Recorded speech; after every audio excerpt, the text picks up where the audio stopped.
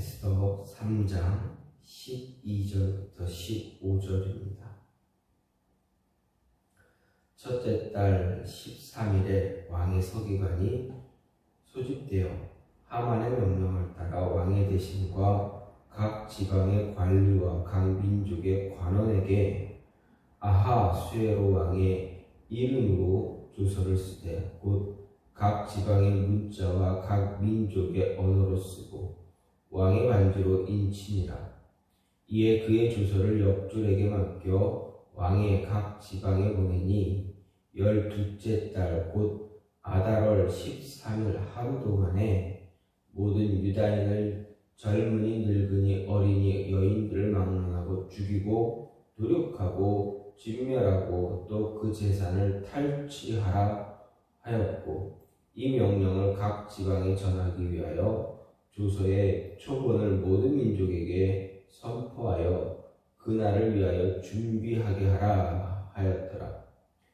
역졸이 왕의 명령을 받들어 급히 나가매 그 조서가 도성 수산에도 반포되니 왕은 하만과 함께 앉아 마시되 수산성은 어지럽더라.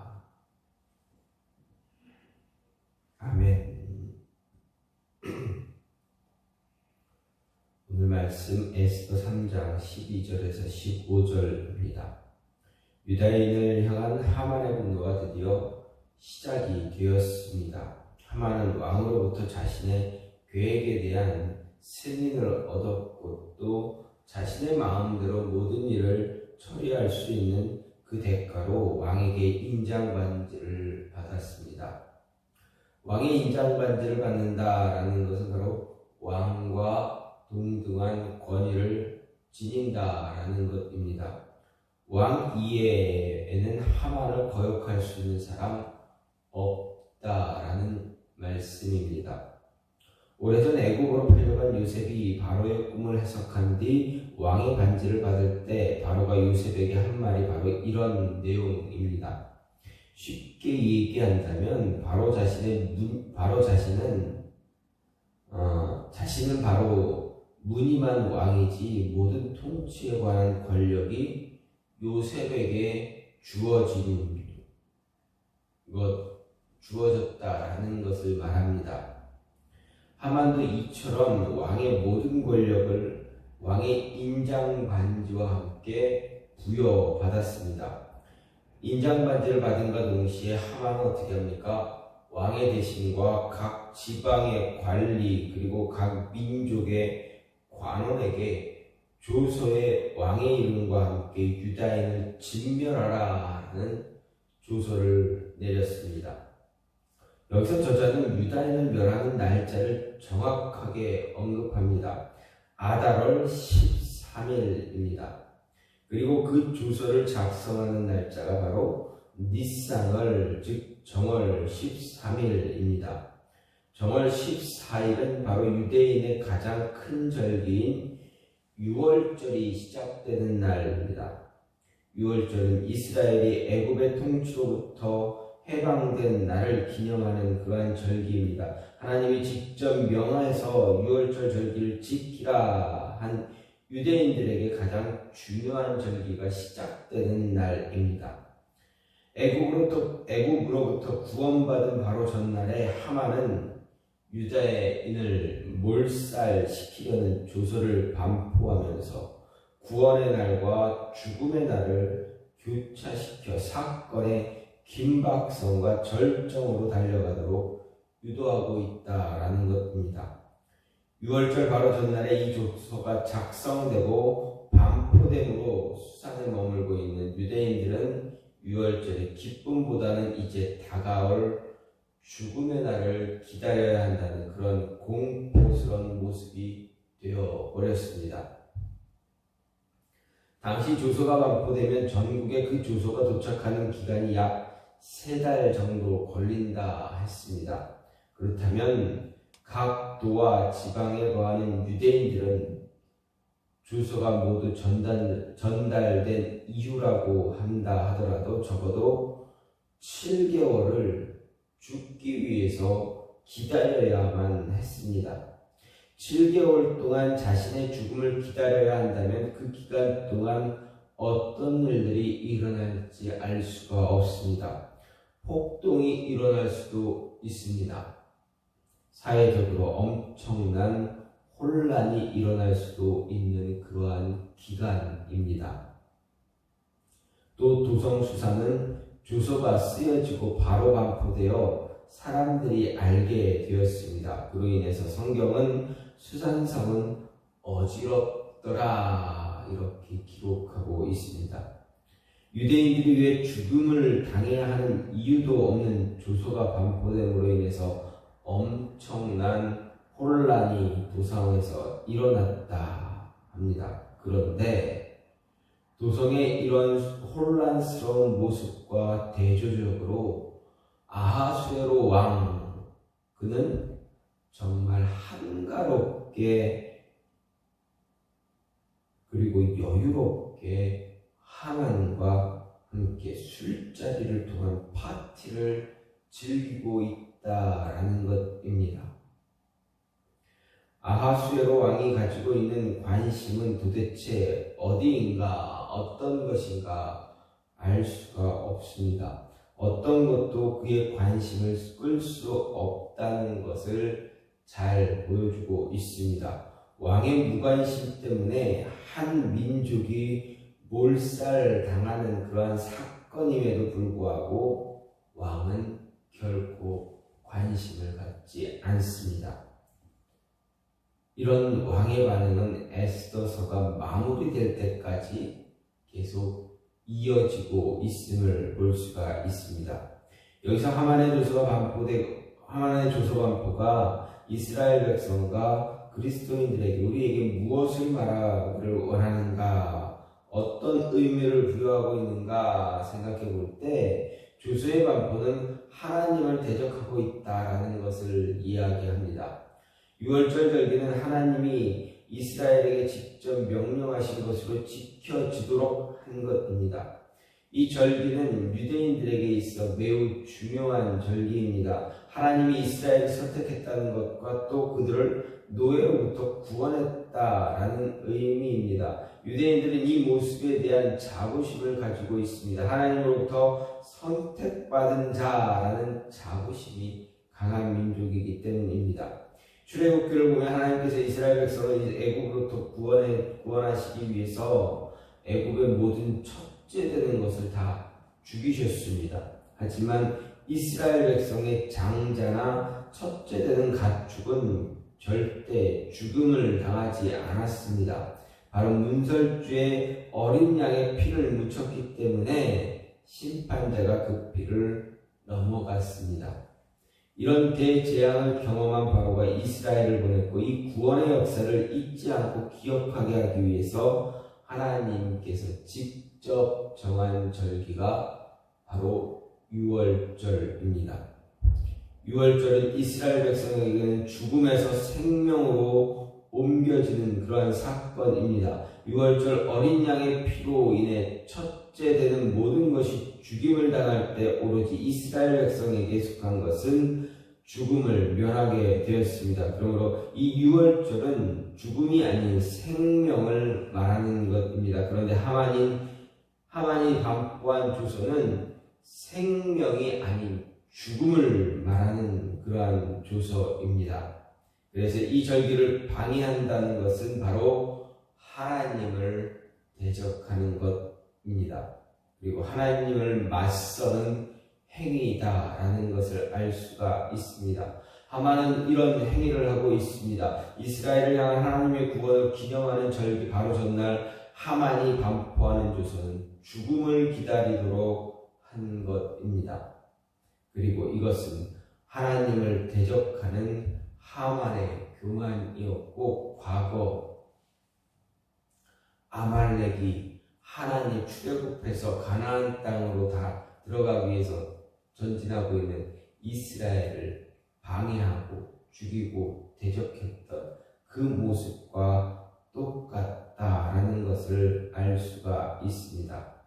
하나님을 대적하는 하만에게 하나님은 계속되는 에스더서의 내용을 통해서 심판을 준비하십니다.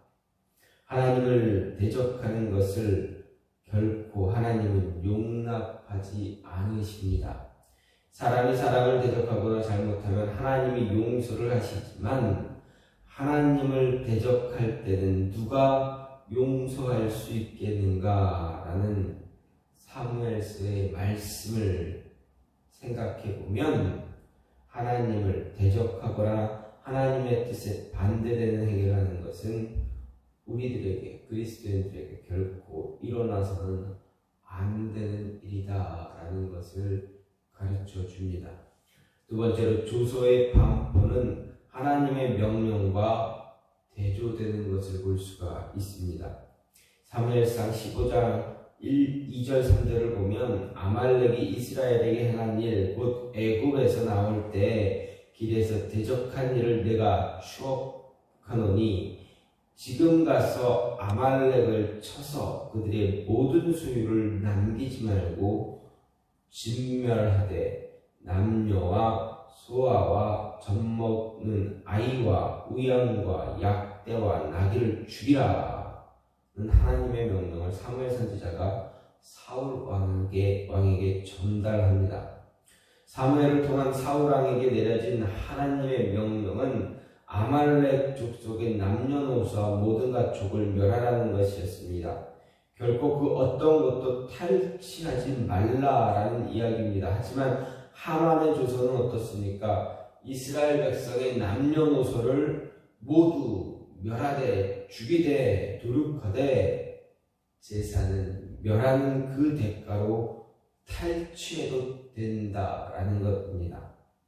하나님의 명령은 하나님을 대적하는 아말렉을 심판하는 것이었습니다. 하나님을 대적하거나 하나님의 뜻에 반대되는 행위를 하는 것에 대한 철저한 심판이 바로 하나님의 명령이었습니다. 하지만 하만의 명령, 하만의 조서는 자신 개인을 위한 탈취의 행위다라는 것을 이야기합니다.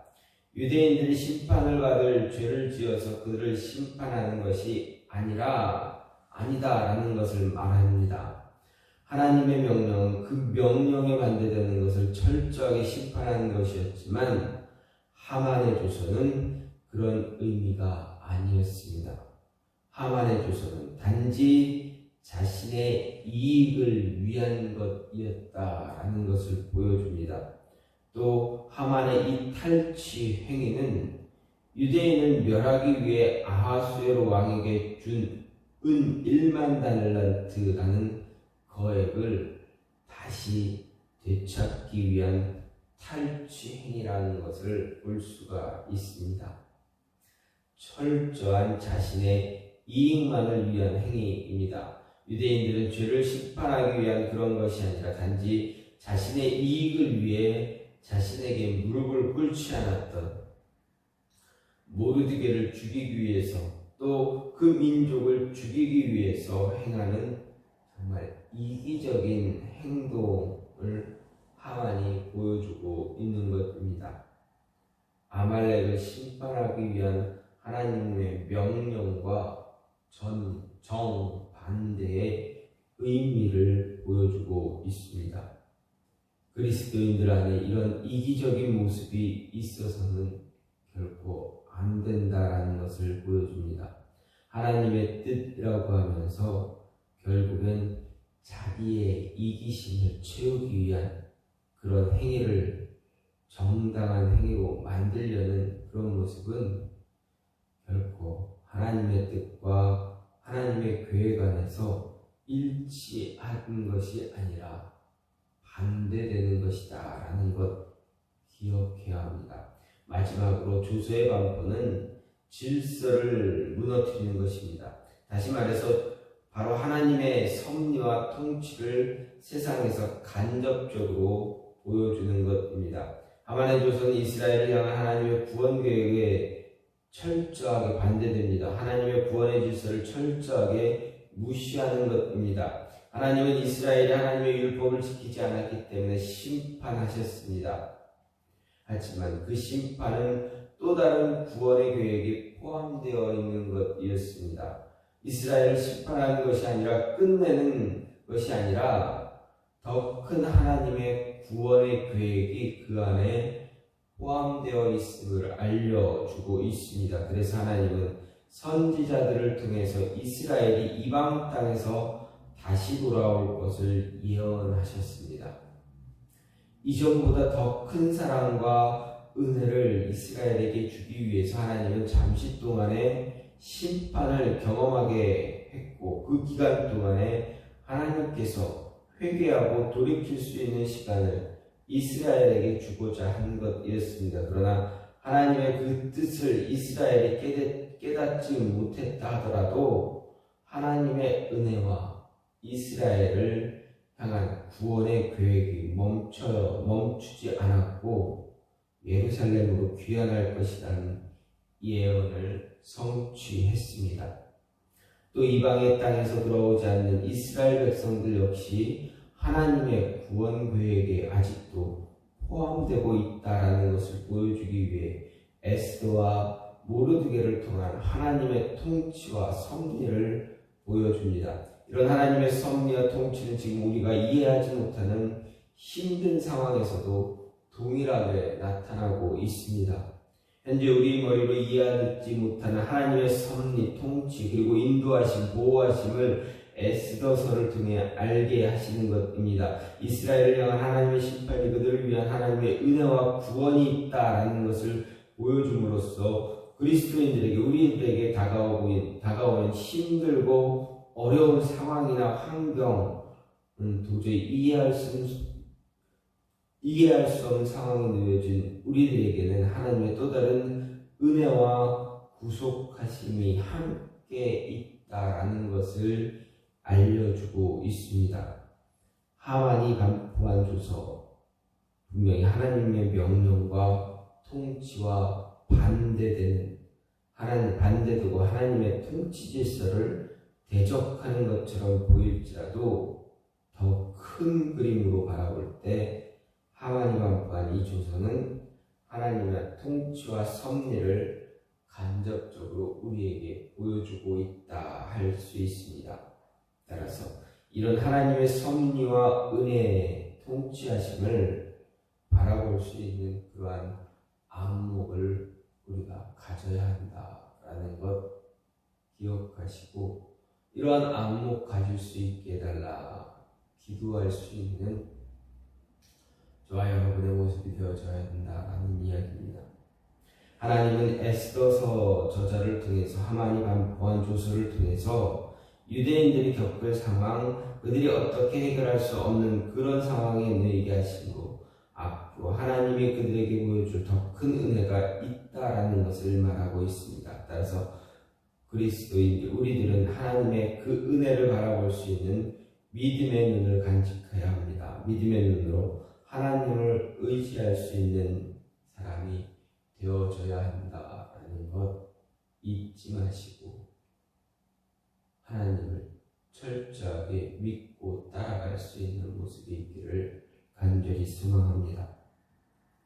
이 시간 같이 기도하기로 하는 것은, 하나님, 우리의 눈을 열어주셔서 하나님의 인도하심, 하나님의 통치하심, 하나님의 섭리, 하나님의 은혜, 이 모든 것을 바라볼 수 있는 안목을 가질 수 있게 해달라고 이 시간 같이 기도하시고, 그래서 우리의 삶에 놓여진 모든 순간들을 하나님이 주시는 그 안목으로 바라볼 수 있는 모습 갖게 해달라고 기도하시고, 가정과 자녀를 위해서